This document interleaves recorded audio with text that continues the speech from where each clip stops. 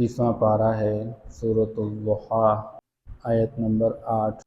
اعوذ باللہ من الشیطان الرجیم، بسم اللہ الرحمن الرحیم۔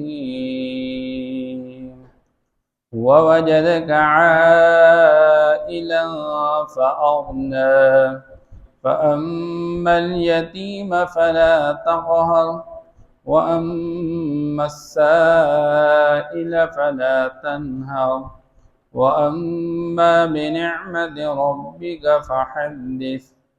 صدق اللہ العظیم۔ چونکہ کفار مشرکین مکہ آپ صلی اللہ تعالی علیہ وسلم پر وحی مؤخر ہونے کی وجہ سے یہی طعنہ ان کو دیتے تھے کہ آپ کے رب نے آپ کو چھوڑ دیا ہے اور آپ کے رب نے آپ سے دشمنی کی ہے، تو اللہ نے فرمایا کہ ضحیٰ کی قسم اور رات کی قسم، آپ کے رب نے آپ کو چھوڑا نہیں، بلکہ یہ جو آپ موجودہ اس دور میں چل رہے ہیں پریشانیوں کے عالم میں، تو آپ کے لیے آنے والا دور اس دور سے بہت زیادہ بہتر ہے، اور آپ کا رب آپ کو اتنا عطا کرے گا کہ آپ خوش ہو جائیں گے۔ پھر اللہ نے آپ صلی اللہ تعالی علیہ وسلم کو تسلی دیتے ہوئے بیان فرمایا، اے میرے محبوب نبی، آپ کو تو آپ کے رب نے یتیم پایا تو آپ کو ٹھکانہ عطا کیا، پھر آپ کے رب نے آپ کو شریعت کے علم سے بے خبر پایا، اللہ نے آپ کو علم دیا، رہنمائی کیا، کیسے وہ رب آپ کو چھوڑ سکتا ہے؟ آج کی آیت میں کریمہ میں اللہ بیان فرماتے ہیں وَوَجَدَكَ عَائِلًا فَأَغْنَى، اور آپ کے رب نے آپ کو محتاج پایا تو آپ کو مستغنی بنایا، مالدار بنایا۔ آپ صلی اللہ تعالی علیہ وسلم زیادہ زمینوں والے نہیں تھے، زیادہ مال والے نہیں تھے، کاروبار والے نہیں تھے، باغات والے نہیں تھے، اس لیے نہ چودراہٹ تھی نہ سرداری تھی، اور معاشرے کے اندر اللہ جل شانہ نے آپ صلی اللہ تعالی علیہ وسلم کو جو حیثیت عطا فرما دی وہ حضرت خدیجہ کبریٰ رضی اللہ تعالی عنہ کے ساتھ مزاربت کے طور پر کام کرتے ہوئے، محنت آپ صلی اللہ تعالی وسلم کرتے تھے اور پیسہ وہ انویسٹ کرتی تھی، یہاں تک کہ حضرت خدیجہ کبریٰ رضی اللہ تعالی عنہ سارا مال حضور پاک صلی اللہ علیہ وسلم کے منشا کے مطابق خرچ کرنے لگے۔ پھر آپ صلی اللہ تعالی علیہ وسلم کو اس درجے قبولیت عطا فرما دی کہ حضرت ابوبکر صدیق رضی اللہ تعالیٰ عنہ اپنا پورا مال آپ صلی اللہ علیہ وسلم کے منشا کے مطابق خرچ کرنے لگے۔ پھر حضرت عمر رضی، حضرت عثمان، حضرت علی رضی اللہ تعالیٰ عنہ اجمعین، یہ سارے حضرات صحابہ کرام حضور جہاں جیسے چاہتے صحابہ وہاں ویسے ہی مال خرچ کرتے رہتے تھے۔ اب حضور پاک صلی اللہ تعالی علیہ وسلم ذاتی جائیداد اور ملکیت یہ نہیں بناتے تھے، لیکن آپ صلی اللہ تعالی علیہ وسلم غریب، فقیر، مسکین، بیوہ اور یتیموں کے ساتھ تعاون کرتے رہتے تھے۔ اس لیے شاعر نے کہا ما قال لا قط، آپ صلی اللہ تعالی وسلم نے زندگی میں کبھی کسی کو لا نہیں کہا، نہیں، ایک ہی جگہ پہ آپ صلی اللہ علیہ وسلم لا کہتے تھے، اور وہ تشہد میں کہ اشہد ان لا الہ الا اللہ، لولا التشہد لکان لاؤہ نعم، اگر تشہد نہ ہوتا تو پھر آپ کی لا یہ والی بھی نعم۔ تو آپ صلی اللہ تعالی وسلم کو اللہ نے اتنے مستغنی بنا دیا، اتنا مالدار بنا دیا کہ یتیموں، بیوہ اور محتاج، غریب اور ضرورت مند لوگ آپ صلی اللہ علیہ وسلم کے پاس آتے تھے اور آپ صلی اللہ علیہ وسلم کی حاجت روا کرتے رہتے تھے۔ اس کا ایک مطلب تو مفسرین نے یہ لکھا ہوا ہے۔ دوسرا مطلب کہ آپ صلی اللہ تعالی علیہ وسلم کو اللہ نے مستغنی قرار دیا، ایک مالدار ہوتا ہے ظاہر کا مالدار، اور ایک ہوتا ہے دل کا مالدار۔ اس لیے آپ صلی اللہ علیہ وسلم نے فرمایا دنیا کے بندے کے پاس ساز و سامان زیادہ ہو جائے یہ مالداری کا نام نہیں ہے، ولیکن الغنا غنى النفس، اصل مالداری تو دل کی مالداری ہے۔ بعض اوقات بندہ ظاہر کے اعتبار سے بڑا مال رکھتا ہے لیکن دل کے اعتبار سے وہ اپنے آپ کو محتاج سمجھتا ہے، کسی کے پاس معمولی کوئی اچھی چیز دیکھ کے منہ میں پانی آ جاتا ہے، برداشت نہیں کرتا ہے، کسی کی عزت کو برداشت نہیں کرتا ہے، بس سب کچھ اپنی ذات کے لیے سمیٹنے کی کوشش کرتا رہتا ہے۔ اور آپ صلی اللہ تعالی علیہ وسلم اس حوالے سے کبھی کسی کے پاس، بلکہ آپ صلی اللہ تعالی وسلم کی کیفیت یہ کہ کسی کی دنیاوی چیزوں کی طرف آنکھ اٹھا کر دیکھا تک نہیں۔ لا تمدن عینیک، اللہ نے تعلیم بھی یہ دے دی، آنکھ بھی اٹھا کر نہ دیکھے۔ اور آج اللہ معاف کر لے، دنیا کے اندر بندے کے پاس گھر بھی ہے، کام بھی ہے، لیکن پیسے تھوڑے کم پڑ جاتے ہیں، اپنا ایمان کا سودا بھی کر لیتا ہے صرف نیشنلٹی حاصل کرنے کے لیے۔ اور دنیا کے اندر یہ حالات، اس لیے فرمایا کہ اللہ نے آپ صلی اللہ تعالی علیہ وسلم کو مستغنی بنایا، اور اصل استغنا وہ دل کی غنا ہے، اللہ نے یہ عطا فرما دی۔ تو ظاہر کے اعتبار سے آپ صلی اللہ علیہ وسلم مال و دولت والے نہیں تھے، لیکن دل کے اعتبار سے سب سے بڑے غنی مستغنی انسان تھے، اور سخاوت کی انتہا پہ تھے۔ آپ صلی اللہ علیہ وسلم کے بارے میں آتا ہے کہ عام دنوں میں بھی سخاوت، لیکن رمضان میں تو سخاوت کی اور بھی انتہا ہو جاتی، اجود عربی زبان میں کہتے ہیں۔ اس لیے آپ صلی اللہ تعالی علیہ وسلم کو اللہ نے یہ مزاج عطا فرمایا۔ اب اللہ نے یہاں 3 باتوں کا تذکرہ کیا، آپ کو یتیم پایا تو ٹھکانہ دیا، آپ کو شریعت کے علم سے بے خبر پایا، آپ کو علم عطا کیا، رہنمائی کی۔ نمبر 3، آپ کو محتاج پایا تو آپ کو مستغنی مالدار بنایا، نادار تھے تو مالدار بنایا۔ اب ان 3 کام کے عوض میں کرنا کیا ہے، اللہ نے یہاں پر آگے بیان فرمایا فَأَمَّا الْيَتِيمَ فَلَا تَقْهَرْ، کبھی یتیم کو قہر نہ کیجیے، غصہ نہ کیجیے، ڈانٹ نہیں ہے۔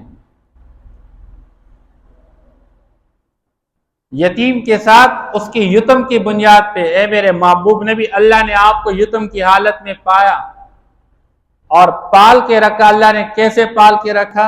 والد صاحب پیدائش سے پہلے دنیا سے رخصت ہو چکے، والدہ 6 سال کی عمر میں رخصت ہو چکی، دادا 8 سال کی عمر میں رخصت ہو چکے، پھر چچا کے ذمہ کام لگایا گیا، لیکن آپ صلی اللہ تعالی علیہ وسلم کو بتایا جا رہا ہے آپ بھی یتیم کے ساتھ۔ اس لیے حضور نے فرمایا مسلمان کے گھروں میں سے بہترین گھر کون سا ہے؟ بیت فیہ یتیم یحسن الیہ، وہ گھر جس کے اندر یتیم پایا جاتا ہو اور اس یتیم کے ساتھ اچھا سلوک کیا جاتا ہو۔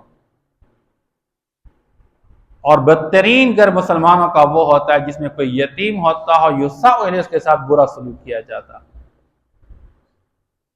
اس لیے اللہ نے قرآن میں معاشرے کے اندر حالات میں فراخی اور حالات میں تنگی کو جوڑا یتیم کے اکرام کے ساتھ۔ کلا بل لا تکرمون الیتیم، اللہ قرآن میں فرماتے جب اللہ کسی کے رزق کو تنگ کر لیتے ہیں اس کے اسباب کیا ہوتے ہیں؟ اللہ فرماتے کہ تم یتیم کا اکرام نہیں کرتے ہو۔ پھر آپ صلی اللہ تعالی علیہ وسلم کو فرمایا وَأَمَّا السَّائِلَ فَلَا تَنْهَرْ، جیسے آپ نادار اللہ نے مالدار بنا دیا، آپ کے پاس بھی مانگنے والا آ جائے تو آپ اس کو دیا کرے، اس کو جھڑکنا نہیں۔ اس لیے 2 طرح کے سائل ہوتے ہیں، ایک وہ جو واقعی ضرورت مند ہوا کرتے جس کے حالات سے بندہ واقف ہوتا ہے، اور ایک وہ سائل جو پیشہ ور ہوا کرتا ہے۔ اس لیے جو سائل ہوا کرتا ہے اور وہ حقیقت میں ضرورت مند ہوا کرتا ہے بندہ اس کے ساتھ تعاون کر لے، لیکن جو پیشہ ور ہوا کرتا ہے تو پھر اس کی حوصلہ شکنی کرنی چاہیے۔ اس لیے قرآن میں اللہ جل جلالہ فرماتے ہیں کہ آپ کے مصارف زکوٰۃ کے حوالے سے، صدقہ کے حوالے سے، لا يسألون الناس الحافا، آپ ان لوگوں کو تلاش کریں جو اوپر جامع سفید پہنا ہوا ہے، سفید پوش لوگ ہیں، کسی کے ساتھ چمٹ کر مانگتے نہیں کسی سے، آپ ان لوگوں کو عطا کر لیا کریں۔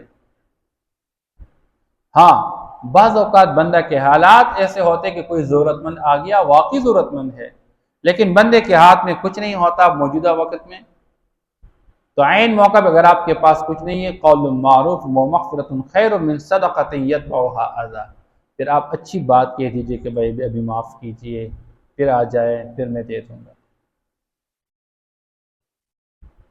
آپ صلی اللہ تعالی وسلم بعض اوقات لوگوں سے قرض لے کر ضرورت مند کی ضرورت کو پورا کرتے، لیکن وہ جو واقعی ضرورت مند ہو،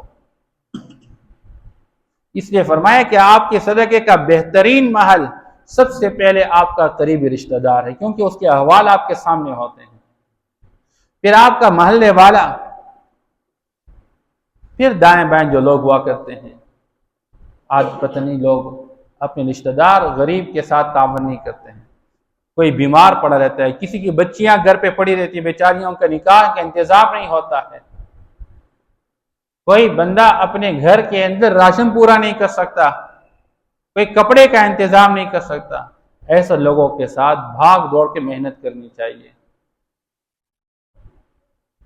اب تیسری چیز یہاں پر اللہ نے جو بیان فرمائے وَأَمَّا بِنِعْمَةِ رَبِّكَ فَحَدِّثْ، تو ماقبل تین چیزوں میں سے أَلَمْ يَجِدْكَ يَتِيمًا فَآوَىٰ کے مقابلے میں آ گیا فَأَمَّا الْيَتِيمَ فَلَا تَقْهَرْ، اور آگے وَأَمَّا السَّائِلَ فَلَا تَنْهَرْ، اس کا تعلق ہے وَوَجَدَكَ عَائِلًا فَأَغْنَىٰ، لیکن بیچ میں سے وَوَجَدَكَ ضَالًّا فَهَدَىٰ، آپ شریعت کے علم سے بے خبر تھے، آپ کو اللہ نے شریعت کے علم سے نوازا اور رہنمائی کی، اب اس کے بدلے میں آپ کو کیا کرنا چاہیے، اس کے بارے میں اللہ نے ذکر نہیں کیا۔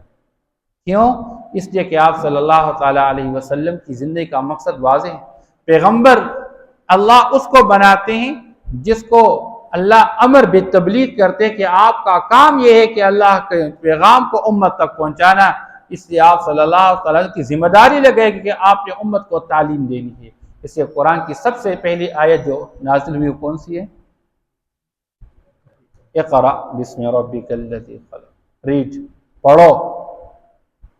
شریعت اسلام نے تعلیم کی اتنی اہمیت دی، اسلام کے اندر بنیادی دو ہی چیزیں جس پر قرآن زور دے رہا ہے، ایک ہے انسانیت کو اللہ کے غلامی میں لانا، بندہ اللہ کا غلام بن جائے، آج بندہ مخلوق کا غلام بننے کی کوشش کر رہا ہے، مخلوق کے سامنے یس سر نو سر کے تیار ہے، لیکن اللہ کے سامنے بندہ کھڑے ہونے کے تیار نہیں ہے۔ اس لیے دوسری چیز شریعت کا مزاج تعلیم دینا ہے۔ الرحمن علم القرآن خلق الانسان، رحمان ذات نے اپنا تعارف کرواتے ہوئے فرمایا کہ رحمان وہ ذات جس نے قرآن سکھلایا اور انسان کو پیدا کیا۔ اب انسان کو پہلے پیدا کیا جائے گا پھر تعلیم دی جائے گی، لیکن اللہ نے تعلیم کو پہلے ذکر کیا اور تخلیق کو بعد میں ذکر کیا، کیونکہ انسان کے اندر انسانیت کی تکمیل اس کے تعلیم کا ہونا ضروری ہے، لیکن آج اللہ معاف کر لے ہم پڑھے لکھے بھی ان پڑھ بن جاتے ہیں۔ پڑھا لکھا بندہ والد کی عزت نہیں کرے گا، پڑھا لکھا بندہ والدہ کے ساتھ بدتمیزی کرے گا، ایسے پڑھے لکھے سے کیا فائدہ؟ ایک پڑھا لکھا بندہ اپنے بھائی اور اپنی بہن کی رعایت نہیں کرے گا، اپنے پڑوسی کے ساتھ سلوک، بس اپنے پیٹ کے بھرنے میں 24 گھنٹے لگا ہو۔ اور بعض اوقات بعض پڑھے لکھے لوگ اپنے سادہ والد پر شرماتے ہیں، میں کس کو کیا بتاؤں کہ میرے والد ہیں، کئی واقعات اس طرح ہوئے۔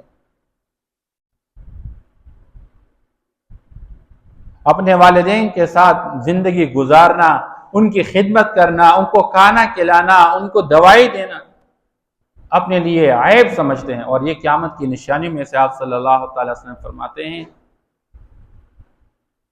کہ قیامت کے قریب حالات ایسے آئیں گے کہ بندہ اپنے دوست کا تو بڑا وفادار بنے گا، لیکن والد کے ساتھ بڑی بے وفائی کرے گا۔ والد صاحب گھر میں بیمار پڑا رہے گا، اس کو دوائی کی ضرورت ہوگی، لیکن یہ دوستوں کے ساتھ پھرے گا، گھومے گا، چکر لگائے گا، ان کو نہیں ناراض کر سکے گا۔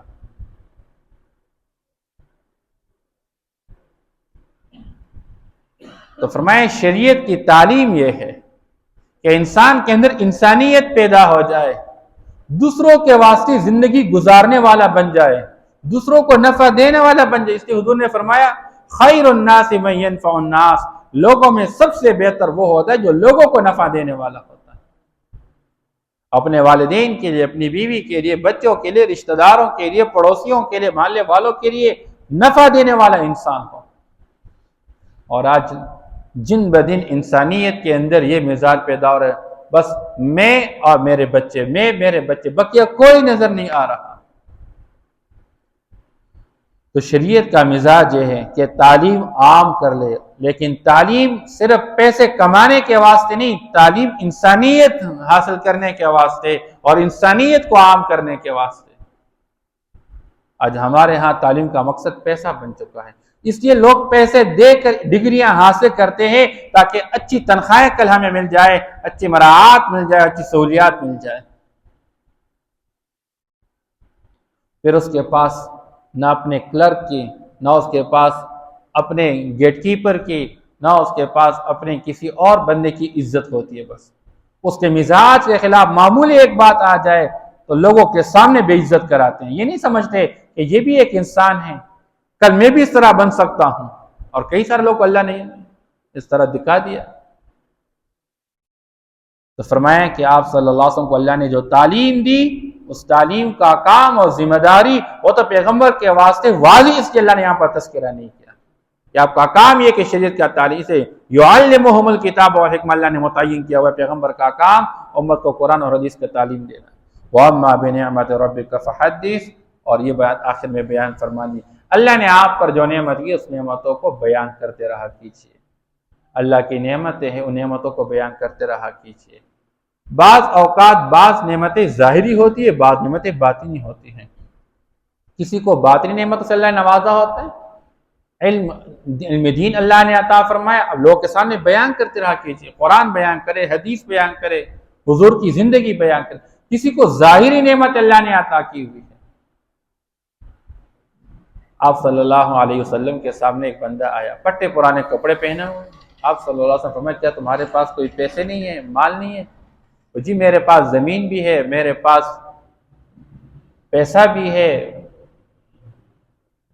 تو آپ صلی اللہ علیہ وسلم فرمایا جب تمہیں اللہ نے زمین بھی دی ہے، پیسہ بھی دیا، کاروبار بھی دیا ہوا ہے، ظاہر کیوں نہیں کرتے ہو؟ اللہ کی دی ہوئی نعمتوں کو ظاہر کر لیا کرو۔ اب بندہ خواہ یوں بنا دے اپنے آپ کو کہ بندہ سمجھتا ہے کہ اس کو 2-4 روپے زکوٰۃ بندہ دے دے، اللہ نے بہت کچھ دیا ہوتا ہے۔ اللہ کی نعمتوں کو ظاہر کر لیا کرے۔ اس لیے بعض اوقات نیک اعمال، عام طور پر تو نیک اعمال بندہ چپ کے کرے، کوئی صدقہ کرے، خیرات کرے، چپ کے کرے، لیکن کبھی کبھار ظاہری کرنا چاہیے تاکہ اور لوگوں کے لیے ترغیب بن جائے۔